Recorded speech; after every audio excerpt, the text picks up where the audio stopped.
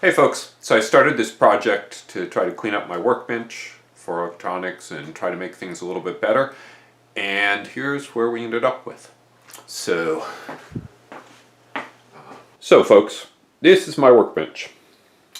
And then I did the video creating the French Cleat system here and attaching it, and I showed off the first one. I'll kind of show you how far I've gotten so far. And the first thing I was thinking, well, I have things mounted on this, and I'm going to need some power. So I built this, which is just a power strip encased in a box to hold it on the wall. And after the first one the first box I did with my Shaper Origin, which was nice, and then I looked at it and said, you know, I could have just laser cut this a whole lot faster. So this box is laser cut. It has little French Cleat parts cut, and it's cut out of plywood that's about 1/10 of an inch thick, but it's pretty strong for that thick. So we start, we have our power strip. I haven't really worked on the layout, but the power strip goes up in the corner. Then the next one, which I already showed, is the oscilloscope. And it has its nice shelf here. It also has a power. The power used to be underneath, but now I can take the scope.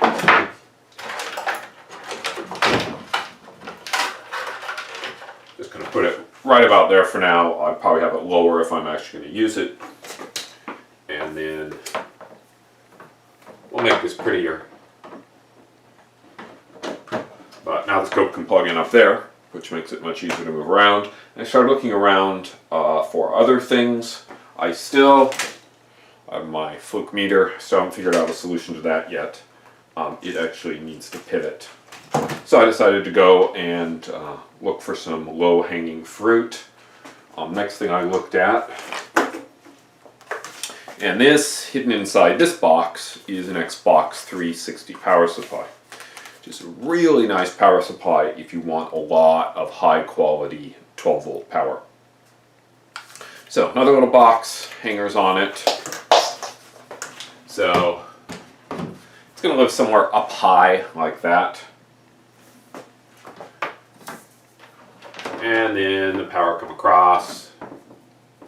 And it can plug in right there, so that's really convenient. The other end of it, I have some banana plug things on it. This is going to live in another box with a switch to turn it on or off, since this very nicely does remote sensing. I don't have the switch. I looked through my junk box and I don't have a good switch for it.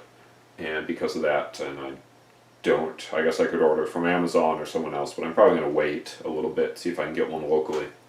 So that's kind of in waiting. Since I have this cord going across the top, and I figured I'd have a bunch of those, I did a little prototype. And this is just a little, kind of looks like an elephant, if you look at it. My little elephant hanger. So, looks better like that. So, we have a little hanger, and that just,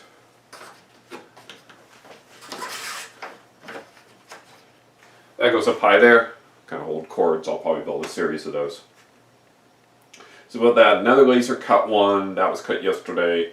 The out of the box was cut yesterday, and then one of the other things I have, I built this nice resistance decade box. So it has a bunch of 10 position switches, and you can just dial in your resistance from 1 ohm, although it's not very accurate, of course, at 1 ohm. 1K, 1 meg, up to 10 meg, or I guess 99 mega ohms, which would be a lot. And then there are banana plugs at the end, some nice gold ones to keep the resistance low. So this one was pretty simple. I just designed the end plate. This one is just held on by the screws. The end plate on the other side is just hot glued on. So let's put that on the wall. I don't use that often, but I'll be able to, when I want to use it, I'll be able to set it like right there and just plug in. When I don't, it can live up there.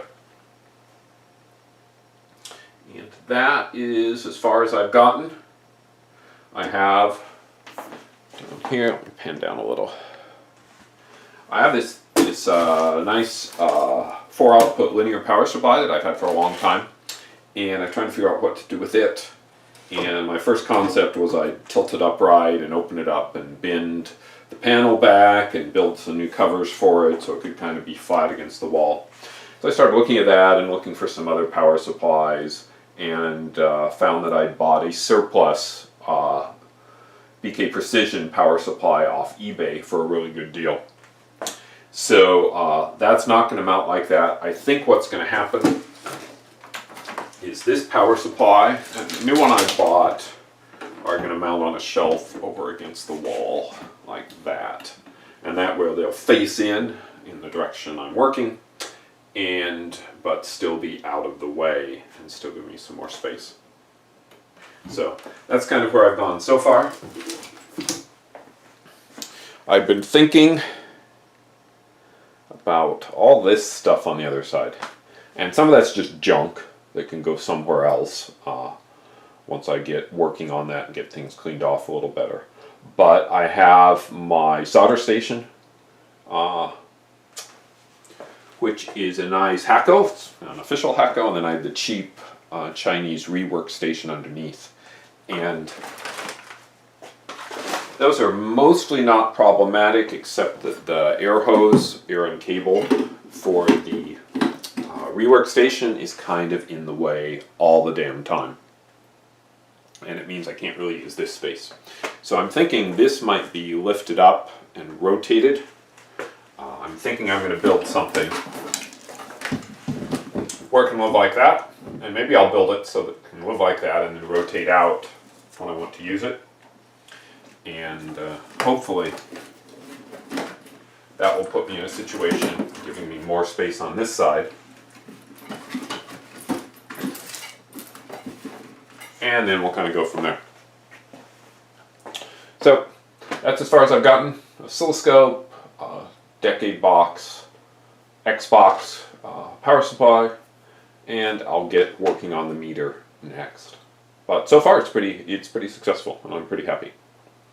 Thanks for watching.